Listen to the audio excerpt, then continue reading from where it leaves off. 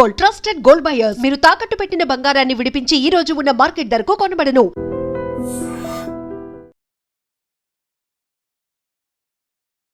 Hi hello నమస్తే, welcome back to our channel. నేను మీ వైషు. పరువు హత్యలు అంటే చేసుకునే అబ్బాయి ఇష్టం లేదు, అమ్మాయిని ఒప్పిద్దామంటే ఇంట్లో ఒప్పుకోకుండా ఆ అమ్మాయి ఇష్టానికి వెళ్తుంది అని చెప్పేసి ఆ అబ్బాయిని చంపేసే పేరెంట్స్ని చూసాం మనం.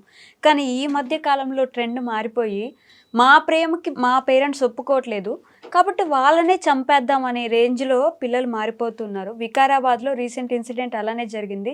రేపు పెళ్లి చూపులు, ఈరోజు నైట్ మత్తుమంది ఇచ్చి పేరెంట్స్ ఇద్దరిని చంపేసింది ఆ అమ్మాయి. అసలు ఇంత ధైర్యం ఎలా వస్తుంది? సొసైటీ ఎందుకు ఇంత మారిపోతుంది? అసలు దీన్ని మనం లాలో ఎలా పరిగణించవచ్చు? మైండ్ సెట్ ఎలా ఉంది? ఈ విషయం గురించి మాట్లాడడానికి ఈరోజు నాతో పాటు అడ్వకేట్ శివరావు గారు ఉన్నారు ఫ్రమ్ హైకోర్ట్. సార్తో మాట్లాడదాం. Hello sir. హలో అండి, నమస్తే. బాగున్నారా? ఫైన్ మా.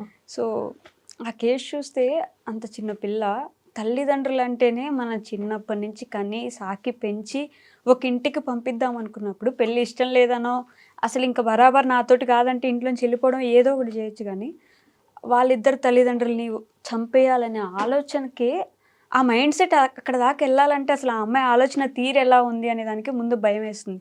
దీన్ని ఎలా పరిగణిస్తారు అసలు లాలో మీరు? అంటే లాలో చెప్పడానికంటే ముందు కూడా మనము సొసైటీ గురించి ఎథికల్ గా మాట్లాడుకోవాల్సిన అవసరం ఉందండి. లా విషయానికి వస్తే ఈ దేనికైనా హత్య జరిగినప్పుడు అన్నిటికీ అదే విధమైనటువంటి శిక్షలు ఉంటాయి.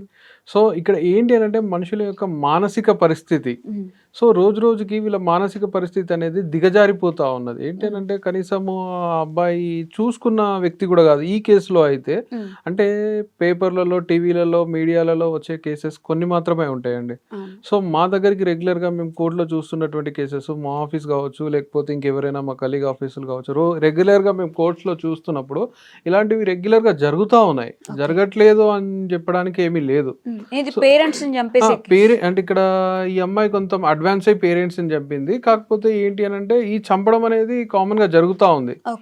దానికి మెయిన్ వచ్చేసి సోషల్ మీడియా ఇంపాక్ట్ అనేది ఉందండి.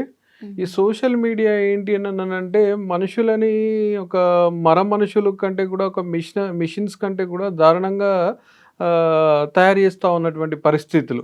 బేసిక్ గా పేరెంట్స్ అంటే చాలా రెస్పెక్టబుల్ గా ఉంటాయి. ఈ మధ్య పేరెంట్స్ అంటే ఏముంది, కన్నారు కాబట్టి చూసారు కాబట్టి చెయ్యండి, ఇలా మారిపోతున్నారు. ఏంటి అని అంటే వాళ్ళకి తల్లిదండ్రుల పట్ల, సమాజం పట్ల, ఎవరి పట్ల కూడా బాధ్యత కానీ, ప్రేమ కానీ ఏదీ లేదు.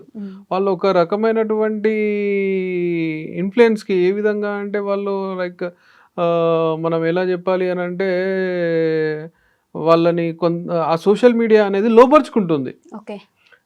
కంప్లీట్గా ఆ సోషల్ మీడియా మాయలో పడేసుకుంటుంది. సోషల్ మీడియాలో పరిచయమైనటువంటి వ్యక్తి, స్కూల్లోనో, కాలేజ్లోనో, లేకపోతే ఏదైనా ఇన్స్టిట్యూట్లో పరిచయమైన వ్యక్తి, లేదు వ్యక్తిగతంగా రిలేషన్ ఉన్నటువంటి వ్యక్తి, రిలేషన్షిప్లో ఉన్నటువంటి వ్యక్తి ఏమి కాదు ఆయన. అటువంటి వ్యక్తి కొరకు కన్న తల్లి మరియు తండ్రిని చంపగలిగింది అని అంటే ఈమె యొక్క మానసిక పరిస్థితి ఏ విధంగా ఉంది? ఈరోజు వెలుగులోకి వచ్చింది కాబట్టి ఈ అమ్మాయిని మనము గురించి మాట్లాడుకుంటా ఉన్నాము. సో ఇలాంటి అమ్మాయిలు లేదు ఇలాంటి అబ్బాయిలు ఎంతమంది ఉన్నారు సొసైటీలో అని చెప్పేసి వాళ్ళకి సంబంధించి నేను గతంలో కూడా కొన్ని వీడియోస్లో చెప్తా ఉన్నా. ఏంటి అని అంటే స్కూళ్ళలో ముఖ్యంగా మనకి Telugu, Hindi, English, maths, science, social ఈ విధంగా సబ్జెక్ట్స్ ఎట్లా ఉంటున్నాయో ఈ సైకాలజీకి సంబంధించినటువంటి ఒక సబ్జెక్ట్ని కూడా ప్రభుత్వం వారు ఇంట్రడ్యూస్ చేస్తే, ప్రవేశపెడితే కొంతైనా ఏంటి అని అంటే వాళ్ళకి ఏంటి అంటే ఎప్పటికప్పుడు మనం నార్మల్గా చూసినట్లయితే మిత్రమా, ఇప్పుడు బయట మనకి మెడికల్ క్యాంప్స్ కండక్ట్ చేస్తున్నారు స్కూల్స్లో, కాలేజెస్లో, కొన్ని బస్ స్టాండ్స్లో కూడా మన పోలియో చుక్కల రూపంలో కావచ్చు, వ్యాక్సిన్స్ రూపంలో కావచ్చు, ఇటువంటి మెడికల్ క్యాంప్స్ కండక్ట్ చేస్తున్నారు. బట్ ఈ మెడికల్ క్యాంప్స్తో పాటు సైకలాజికల్ క్యాంప్స్ కూడా కండక్ట్ చేయాల్సిన పరిస్థితి ఏర్పడతా ఉంది. Yes, exactly. ఎందుకనంటే మార్నింగ్ లేచినప్పటి నుంచి మొదలు పెడితే రాత్రి పడుకునే వరకు, పడుకున్న తర్వాత కూడా నిద్రలో మధ్యలో వాష్రూమ్కి వెళ్ళాల్సి వస్తే అప్పుడు కూడా లేచి మొబైల్ని చూసుకునేటువంటి పరిస్థితి ఏర్పడతా ఉన్నది. పక్కలో పెట్టుకొని పడుకోవడం, నెత్తి కింద పెట్టుకొని పడుకోవడం. అసలు ఇది ఇలా ఏ విధంగా మారుతా ఉంది అని అంటే, ఒకప్పుడు ఈ దేశంలో యువత భగత్ సింగ్ గారిని, స్వామి వివేకానంద గారిని, అల్లూరి సీతారామరాజు గారిని, సో ఈ నేతాజీ సుభాష్ చంద్ర బోస్ లాంటి వాళ్ళని, ఇలాంటి వాళ్ళని ఆదర్శంగా తీసుకొని, అంటే మా ఏజ్ గ్రూప్ లో మేము చిన్నప్పుడు ఇలాంటి వాళ్ళని చూసుకొని ఈ రోజు ఈ విధంగా మేము రావడం జరిగింది. కానీ ఈ రోజు యువత ఎవరిని చూస్తూ పెరుగుతున్నారు, ఎవరిని ఆదర్శంగా తీసుకుంటున్నారు అని ఫోన్ లో అసలు అలా జరుగుతున్నది ఏది కూడా వాస్తవం కాదండి. ఫోన్ లో కనబడుతున్నది ఏది కూడా నిజం కాదు, అంతా అబద్ధం. అబద్ధాన్ని నిజంగా నమ్మి వాళ్ళ జీవితాలను వాళ్ళు పాడు చేసుకుంటా ఉన్నారు. ముఖ్యంగా ఇప్పుడు శిక్షల విషయానికి వస్తే ఏ ఏ మర్డర్ చేసినా అదే శిక్ష ఉంటది ఖచ్చితంగా. ఈ అమ్మాయి కాబట్టి ఈ శిక్ష ఉంటది, ఇలా అమ్మాయి చేస్తే ఇట్లుంటది, పేరెంట్స్ని చేస్తే ఇట్లుంటది, పక్కింటి వాళ్ళని చేస్తే అట్లుంటది, అట్లా ఏం లేదు. ఏ శిక్ష చేసినా మీకు మర్డర్ అంటే మర్డర్ కేసుకు సంబంధించి అవే శిక్షలు ఉంటాయి. కానీ ఇక్కడ ఏంటి అని అంటే మారాల్సింది మానసిక పరిస్థితి.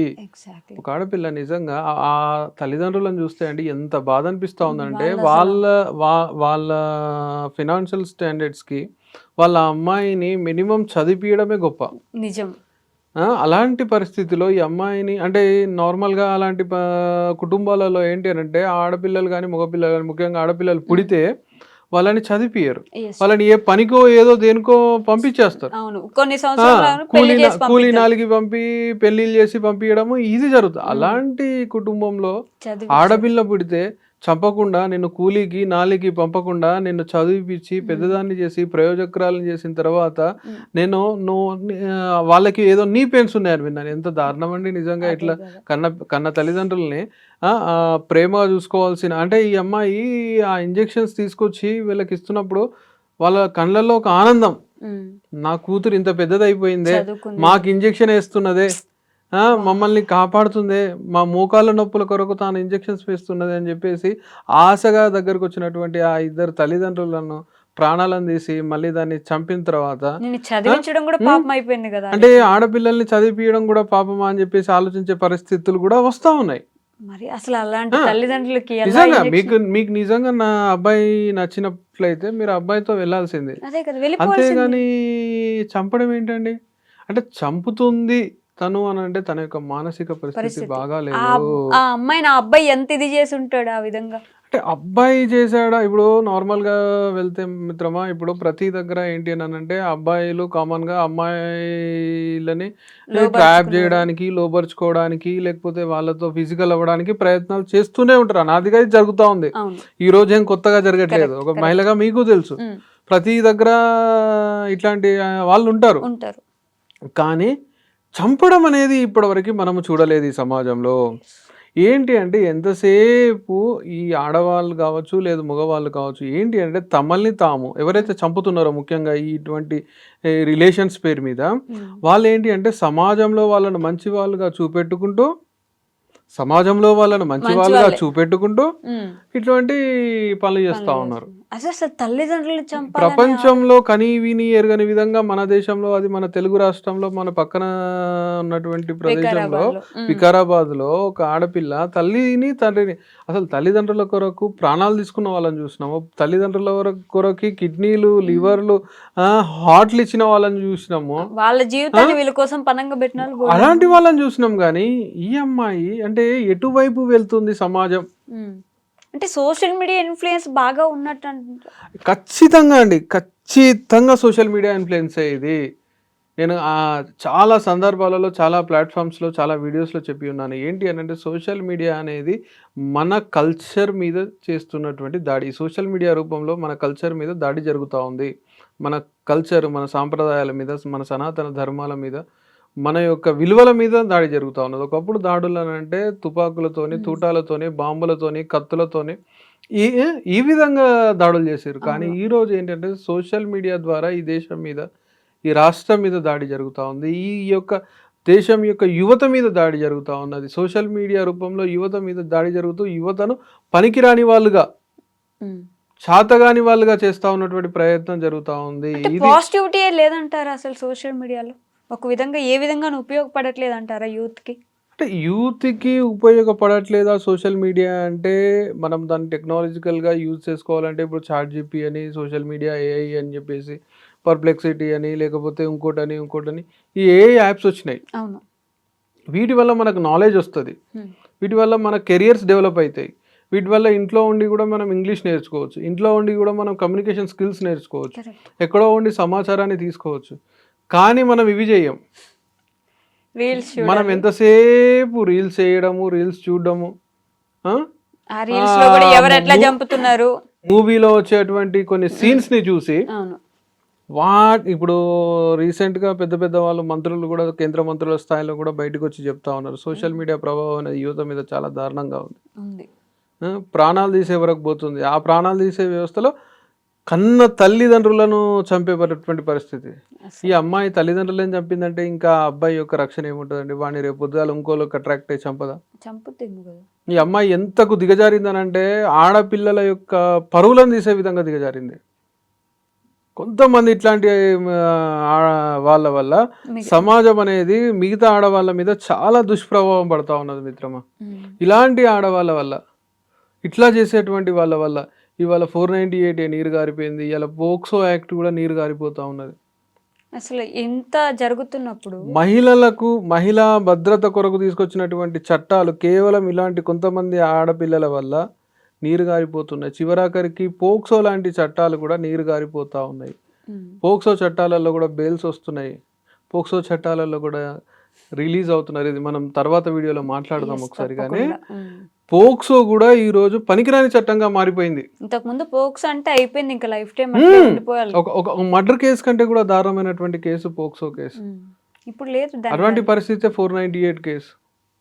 ఈరోజు మహిళల రక్షణల కొరకు ప్రభుత్వాలు ఆలోచించి ప్రభుత్వాలు చట్టాలు తీసుకొస్తూ ఉంటే ఇలాంటి కొంతమంది ఆడపిల్లలు నిజంగా ఇలాంటి వాళ్ళకి ఏంటంటే కఠినంగా శిక్షించాలి అని చెప్పేసి అన్నంత మాత్రాన ఏం కఠిన శిక్షలు పడవండి, అవే శిక్షలు పడతా ఉంటే కామన్గా ఉంటారు. కానీ ఏంటి అంటే శిక్షల వల్ల లాభాలు జరగవు మిత్రమా. ఖచ్చితంగా ఏంటంటే వాళ్ళ మానసిక పరిస్థితి మారాల, వాళ్ళ యొక్క సైకలాజికల్గా వాళ్ళకి కౌన్సిలింగ్స్ ఇప్పించబడాల, సోషల్ మీడియా మీద వాళ్ళ నియంత్రణ అనేది రావాల. సోషల్ మీడియా మీద ప్రభుత్వాలకు నియంత్రణ లేనంత కాలము, సోషల్ మీడియాను ప్రభుత్వాలు పట్టించుకోనంత కాలము, మానిటరీ కమిటీస్ లేనంత కాలము ఇలాంటి జరుగుతూనే ఉంటాయి. But to end with this, చట్టం కొంతమందికి చుట్టంలా బిహేవ్ చేసి అప్పుడప్పుడు లేట్ చేస్తూ ఉండడం వల్ల ఏముందిలే ఇప్పుడు ఇది పడితే ఒక 10-15 సంవత్సరాల తర్వాత వస్తుంది ఎప్పటికో అనే ఒక ధైర్యం కూడా మరి పెరిగినట్టు. ఒక మాట అమ్మా, మీరు ఒక మాట అన్నారు, చట్టం చుట్టం లాగా పనిచేస్తా ఉన్నదని. అంటే నేనైతే నమ్మను ఆ వర్డ్ని. చట్టం ఎవరికి చుట్టం కాదు. కానీ ఇక్కడ ఏంటి అని అంటే 100 మంది నిర్దోషులు తప్పించుకున్నా మంచిదే, కానీ ఒక్క అమాయకుడికి, ఒక నిరపరాధికి శిక్ష పడకూడదు అనే ఆలోచనలో చట్టం పనిచేస్తుంది తప్పితే చట్టం ఎవరికి చుట్టం కాదు, చట్టం ఎవరిని కూడా రక్షించడానికి ప్రయత్నం చేయదు. సరే, కొన్ని సందర్భాలలో కొంతమంది సాక్ష్యాలను తారుమారు చేయడంలో సక్సెస్ అయ్యి, సాక్ష్యాలని ట్యాంపర్ చేయడంలో సక్సెస్ అయ్యి వీళ్ళు శిక్షల నుంచి తప్పించుకున్నారే తప్పితే చట్టము, కోర్టులు ఎవరిని కూడా ఈ విధంగా చుట్టాలుగా పరిగణించవు. డిలేడ్ సిస్టమ్ ఉంది కదా, డిలేడ్ సిస్టమ్ అదే చెప్తా ఉన్నాను కదా. ఏంటి అంటే తొందరపాటు నిర్ణయాల వల్ల ఒక అమాయకుడికి అన్యాయం జరిగింది అనుకోండి, తప్పు చేయని వ్యక్తికి శిక్ష పడింది అనుకోండి, మళ్ళీ మనం తీసుకురాలేం కదా కాలాన్ని. సో ఈ విధంగా ఆలోచించి, ఎందుకనంటే ఈ దేశము కొన్ని వందల సంవత్సరాలు స్వతంత్రం కొరకు పోరాటం చేసి బానిసలుగా ఉన్న తర్వాత స్వతంత్రాన్ని తెచ్చుకున్నటువంటి దేశము. సో ఇక్కడ మానవతా విలువలు ఉన్నాయన్నమాట ఇక్కడ. సో ఇట్లా మనుషులను కాపాడుకోవడం కొరకు, మానవతా విలువలను కాపాడుకోవడం కొరకు ఈ విధంగా చేస్తున్నారే తప్పితే ఏదో ఇమీడియట్ గా అవును ఒక అమ్మాయి వచ్చింది, కేసు కట్టినా ఇమీడియట్ గా తీసుకుపోయేవాడిని ఊరేద్దాము, లేకపోతే కత్తులు పట్టి నరుకుదాము, ఇవన్నీ లేవు. అలా చేస్తే బాగుపడుతుందేమో కదా అనేది నాకు. అంటే నిజంగా అలా చేస్తే క్షణికావేశంలో కొన్ని సందర్భాలలో ఏమైతే అంటే ఇప్పుడు రాంగ్ ఎలిగేషన్స్ అనేటివి ఉంటాయమ్మా. సో ఈ రాంగ్ ఎలిగేషన్స్ చేసినటువంటి వ్యక్తులు నన్ను అబ్బాయి వచ్చేసి టీజ్ చేసిండు, లేకపోతే నన్ను అబ్బాయి వచ్చేసి ఇంకేదో చేసిండు, ఏదైనా సంథింగ్ ఇట్లాంటిది ఏదైనా చెప్పినప్పుడు ఈ అమాయకుడు అయినటువంటి వ్యక్తికి శిక్ష పడేటువంటి అవకాశం ఉంటుంది. సో ఇటువంటి శిక్షలు పడకుండా ఉండాలి అని చెప్పేసి మన దేశం, నిజంగా చెప్పాలంటే ప్రపంచ దేశాలలో మన ఇండియన్ కాన్స్టిట్యూషన్ అంత బ్యూటిఫుల్ కాన్స్టిట్యూషన్ ఇంకా ఇంకొకటి లేదు. కాకపోతే ఏంటి అని అంటే కొంతమంది ఇట్లాంటి వ్యక్తులు, అది కూడా ఏంటి అంటే వాళ్ళ యొక్క పాశ్చాత్య సంస్కృతికి అలవాటు పడి వాళ్ళ యొక్క మానసిక పరిస్థితిని వాళ్ళు దిగజార్చుకొని వాళ్ళ యొక్క మెంటల్ కండిషన్స్ ని వాళ్ళు ఇంబ్యాలెన్స్ అయిపోతూ ఇటువంటి పనులు చేస్తూ ఉన్నారు తప్పితే ఏంటి అని అంటే వీటన్నిటికీ నివారణ మార్గం చివరిగా నేను మీకు ఒకటే చెప్తా ఉన్నాను మిత్రమా, ఇక్కడ ఏంటి అని అంటే పాఠ్య పుస్తకాలలో ఉన్నటువంటి సబ్జెక్ట్స్తో పాటు ఒక ఆప్షనల్ సబ్జెక్ట్స్గా పెడతారా, లేకపోతే రెగ్యులర్ సబ్జెక్ట్స్గా పెడతారా, కానీ ప్రభుత్వాలు నెక్స్ట్ అకాడమిక్ నుండైనా సైకాలజీకి సంబంధించినటువంటి మానసిక శాస్త్రము అనేటువంటి ఒక శాస్త్రాన్ని ప్రవేశపెట్టాలి అని చెప్పేసి నేను కోరుకుంటున్నాను, విజ్ఞప్తి కూడా చేస్తా ఉన్నాను. అలా చేస్తే ఇలాంటి జరిగే అవకాశాలు దాదాపుగా ఉండవు. Okay sir, thank you. Thank you.